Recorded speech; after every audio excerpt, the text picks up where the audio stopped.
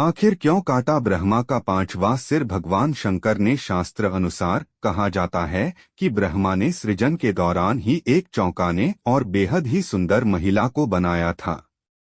हालांकि उनकी यह रचना इतनी सुंदर थी कि वे खुद ही उसकी सुंदरता से मुग्ध हो गए और ब्रह्मा उसे अपनाने की कोशिश करने लगे। ब्रह्मा जी अपने द्वारा उत्पन्न शत्रुपा के प्रति आकृष्ट हो गए तथा उन्हें टकटकी बांधकर निहारने लगे। शत्रुपा ने ब्रह्मा की दृष्टि से बचने की हर कोशिश की किंतु असफल रहीं।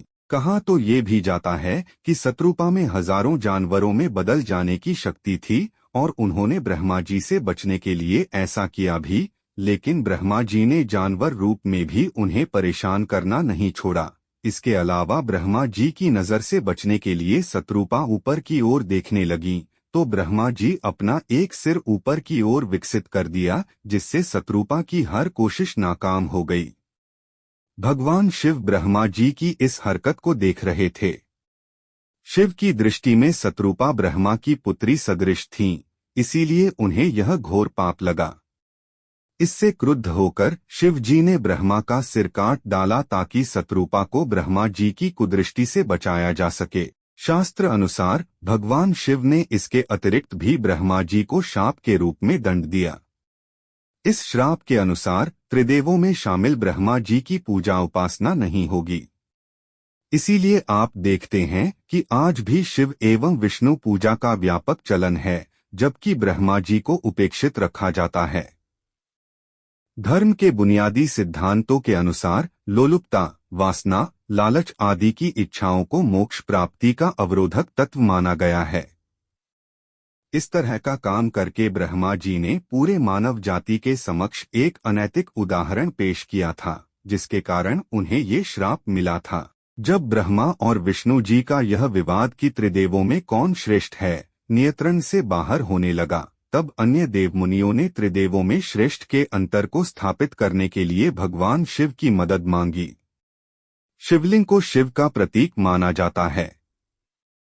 शिव का अर्थ है कल्याणकारी और लिंग का अर्थ है सृजन। इस विवाद में बड़ा तो मैं बड़ा का अंत करने के लिए सदाशिव एक विशालकाय ज्योतिस्तंभ रूप में प्रकट हुए, जिसके ओर छोर का पता अनिश्चित था। शिव ने उन दोनों को चुनौती दी कि जो भी इस शिवलिंग के किसी भी छोर तक पहुंच जाएगा, उसी का वर्चस्व सबसे बड़ा होगा। यह सुनते ही ब्रह्मा ने एक हंस का आकार ले लिया और वर्चस्व साबित करने के लिए शिवलिंग के ऊपर की ओर उड़ान भरी। वहीं विष्णु एक सूअर के रूप में वेश बदलकर शिवलिंग के नीचे के क्षेत्र में उतरे। जैसे ही कुछ दूर तक विष्णु जी ने यात्रा तय की, उन्हें एहसास हुआ कि इससे पहले भी शिव ने उन्हें मात दी थी। अतः विष्णु लौट आए और भगवान शिव को सुप्रीम रूप में स्वीकार किया। वहीं ब्रह्मा ने रास्ते में ऊपर की तरफ बढ़ते समय केतकी फूल से मुलाकात की और केतकी को यह बोलने के लिए मनाया कि वे शिव को जाकर बताएं कि ब्रह्मा शिवलिंग के सबसे ऊपरी छोर तक पहुंच गए हैं। शास्त्र अनुसार ब्रह्मा जी की बात मानकर केतकी फूल ने भगवान शिव से झूठ कहा, जिसका पता शिव जी को लग गया। इसके बाद भगवान शिव ने क्रोधित होकर ब्रह्मा को श्राप दिया कि उनकी इस पृथ्वी पर कहीं भी पूजा नहीं की जाएगी और केतकी फूल का किसी भी धार्मिक अनुष्ठान में पूजा के लिए इस्तेमाल नहीं किया जाएगा। भारत में ब्रह्मा जी के कुछ ही मंदिर हैं, जिनमें से राजस्थान के पुष्कर में स्थित यह मंदिर प्रमुख है। इस स्थान को ब्रह्मा जी का घर भी कहा जाता है। मान्यता है कि मुगल शासक औरंगजेब के शासन काल के दौरान अनेकों हिंदू मंदिरों को ध्वस्त किया गया। ब्रह्मा जी का यही एकमात्र मंदिर है जिसे औरंगजेब छू तक नहीं पाया।